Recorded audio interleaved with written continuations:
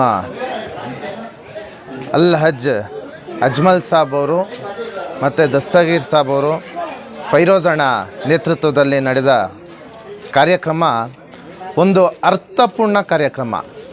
ಏನು ನಮ್ಮ ಸಮಾಜ, ಮುಸ್ಲಿಂ ಸಮಾಜದ ಯುವಕರು ದಾರಿ ತಪ್ತವ್ರೆ, ಆ ದಾರಿ ತಪ್ತಾ ಇರೋರಿಗೆ ಒಂದು ಒಳ್ಳೆಯ ಮೆಸೇಜನ್ನು ನೀಡಿದ ಕಾರ್ಯಕ್ರಮ. ಈ ಕಾರ್ಯಕ್ರಮದಲ್ಲಿ ನಮ್ಮ ಸಮಾಜದ ದೊಡ್ಡ ಮುಖಂಡರಾದ ಅಲ್ಹಜ್ ತನ್ವೀರ್ ಹಾಶ್ಮಿ ಸಾಬ್ ಅವರು ಬಂದಿದ್ದರು. ಮಾಜಿ ಪೊಲೀಸ್ ಆಯುಕ್ತರಾದ ಭಾಸ್ಕರ್ ರಾವ್ ಸಾಹೇಬರು ಬಂದಿದ್ದರು. ರಾಜಕೀಯ ಕಾರ್ಯದರ್ಶಿಗಳಾದ ನಜೀರ್ ಅಹಮದ್ ಸಾಹೇಬರು ಬಂದಿದ್ದರು. ಮುಖ್ಯಮಂತ್ರಿಗಳಿಗೆ ರಾಜಕೀಯ ಕಾರ್ಯದರ್ಶಿಗಳಾದ ನಜೀರ್ ಸಾಹೇಬರು ಬಂದಿದ್ದರು. ಈ ಕಾರ್ಯಕ್ರಮದ ಪ್ರತಿಯೊಂದು ಮಾತು ನಮ್ಮ ಸಮಾಜದ ಯುವಕರಿಗೆ ಏನು ನಶಾಮುಕ್ತ ಮಾಡಬೇಕು, ಏನು ನಮ್ಮ ಸಮಾಜದ ಯುವಕರು ಒಂದು ಉದ್ಯೋಗದಲ್ಲಿ ಹಿನ್ನಡೆ ಇದ್ದಾರೆ, ಶಿಕ್ಷಣದಲ್ಲಿ ಹಿನ್ನಡೆ ಇದ್ದಾರೆ. ಅವ್ರನ್ನ ಮುನ್ನಡೆಸಿ ನಮ್ಮ ಸಮಾಜವನ್ನು ದೊಡ್ಡ ಮಟ್ಟಕ್ಕೆ ತಗೊಂಡೋಗ್ಬೇಕಂತ ಈ ಕಾರ್ಯಕ್ರಮದಲ್ಲಿ ಒಂದು ಸಲಹೆ ನೀಡಿದರು. ಈ ಕಾರ್ಯಕ್ರಮ ಒಂದು ಅರ್ಥಪೂರ್ಣ ಕಾರ್ಯಕ್ರಮ. ನಾನು ಭಾಗಿಯಾಗಿರೋದಕ್ಕೆ ನಂಗೆ ತುಂಬ ಸಂತೋಷವಾಗಿದೆ. ಧನ್ಯವಾದಗಳು. ಯುವಕರು ದಾರಿ ತಪ್ತಾ ಇದ್ದಾರೆ, ಇದಕ್ಕೆ ಯಾರು ಹೊಣೆ? ಸಮಾಜನ ಇಲ್ಲ ಮನೆ ವಾತಾವರಣನ? ಏನು ಅನ್ಸುತ್ತೆ? ಸಮಾಜನೂ ಹೊಣೆ ಆಗುತ್ತೆ, ಮನೆಯ ವಾತಾವರಣನೂ ಹೊಣೆ ಆಗುತ್ತೆ. ಇದಕ್ಕೆಲ್ಲರೂ ನಾವು ಹೊಣೆ. ಇದನ್ನು ಬದಲಾಗಬೇಕಂದ್ರೆ ನಾವೆಲ್ಲರೂ ಶ್ರಮ ವಹಿಸಬೇಕು. ಏನು ಮುಂದಿನ ದಿನಗಳಲ್ಲಿ ಇವತ್ತು ಚರ್ಚೆ ಆಗಿದೆ, ಇಸ್ಲಾಮಿಕ್ ಕಾಮರ್ಸ್ ಅನ್ನೋ ಒಂದು ವೇದಿಕೆಯನ್ನು ಸೃಷ್ಟಿಸಿ ಇದಕ್ಕೆಲ್ಲ ಒಂದು ಅಂತ್ಯ ಆಡಬೇಕು ಅಂತ ಒಂದು ಚರ್ಚೆ ಮಾಡಿದ್ದೀವಿ. ಮುಂದಿನ ದಿನಗಳಲ್ಲಿ ಯಶಸ್ವಿ ಆಗ್ತೀವಿ ಅಂತ ಅಂದ್ಕೊಂಡಿದ್ದೀವಿ. ಯುವಕರಿಗೆ ಒಂದು ಮೆಸೇಜ್, ಏನು ಮೆಸೇಜ್ ಕೊಡ್ತೀವಿ? ಏನಿವತ್ತು ನಮ್ಮ ಸಮಾಜದ ಮುಖಂಡರಾದ ಸಲಹೆ ನೀಡೋರೆ, ಅವರ ಸಲಹೆ ಮೇರೆಗೆ ಮುಂದಿನ ದಿನಗಳಲ್ಲಿ ಏನು ಯುವಕರು ನಶೆಯಲ್ಲಿ ತಲ್ಲೀನರಾಗಿದ್ದಾರೆ ಅವ್ರಿಗೆ ಆ ನಶಾ ಮುಕ್ತ ಮಾಡೋಣ ಅಂತ ನಾವೆಲ್ಲರೂ ಅವ್ರ ಜೊತೆ ಕೈ ಜೋಡಿಸ್ತೀವಿ ಅಂತ ಹೇಳಕ್ಕೆ ಬಯಸ್ತೀನಿ.